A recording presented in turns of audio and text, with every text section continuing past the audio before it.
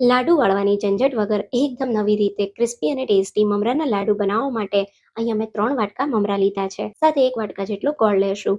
3 ભાગના મમરા સાથે 1 ભાગનો ગોળ લેવાનો છે. હવે સૌથી પહેલા જાડા તળિયાવાળી કડાઈમાં આપણે મમરા ઉમેરી દઈશું અને ધીમા ગેસ પર મમરાને ડ્રાય રોસ્ટ કરી લેશું. મમરાને ડ્રાય રોસ્ટ કરવાથી એમાં રહેલું મોઇશ્ચર દૂર થઈ જાય છે અને લાડુ લાંબા સમય સુધી ક્રિસ્પી કુરકુરા રહે છે. 2 થી 3 જ મિનિટમાં સારી રીતે મમરા શેકાઈ ગયા છે. તો મમરાના દાણાને આ રીતે હાથમાં લઈ ભૂકો કરીએ તો ખૂબ જ સારી રીતે મમરાનો પાવડર થઈ જાય છે. આવા મમરા શેકાય એટલે આપણે એને એક કડાઈમાંથી કાઢી લેશું. તો મમરાને એક બાઉલમાં લીધા પછી હવે આપણે આ જ કડાઈમાં 1 વાટકી જેટલો ગોળ ઉમેરીશું અને ધીમા ગેસ પર ગોળને પીગળવા દેશું. તો 3 થી 4 મિનિટમાં ગોળ આ રીતે પીગળી અને થોડો ફૂલવા માંડે એટલે ગેસ ધીમો કરી લાડુ માટે ગોળનો પાયો પરફેક્ટ બન્યો છે કે નહીં એને ચેક કરીશું. તો ગોળનો પાયો ચેક કરવા અહીંયા આપણે એક પાણી ભરેલા વાટકામાં પીગળેલો ગોળ ઉમેરીએ અને ગોળ ઉમેરતા તમે જોઈ શકો છો ગોળ પાણીમાં તરતો નથી, તળિયે બેસી જાય છે. સાથે પાણીમાંથી ગોળને આ રીતે કાઢી શેપ બનાવીએ તો તમે જોઈ શકો છો ગોળ છૂટો નથી પડતો અને આ રીતે એનો શેપ બને છે. મતલબ પરફેક્ટ ગોળનો પાયો તૈયાર છે. તો હવે ગેસ બંધ કરી અને આપણે મમરા ઉમેરી દઈશું અને સારી રીતે મિક્સ કરી લેશું. હવે લાડુને વાળવા માટે મેં અહીંયા આ રીતનું ચૂરમાના લાડુનું મોલ્ડ લીધું છે. મોલ્ડને હલકા તેલથી ગ્રીસ કરી દઈએ.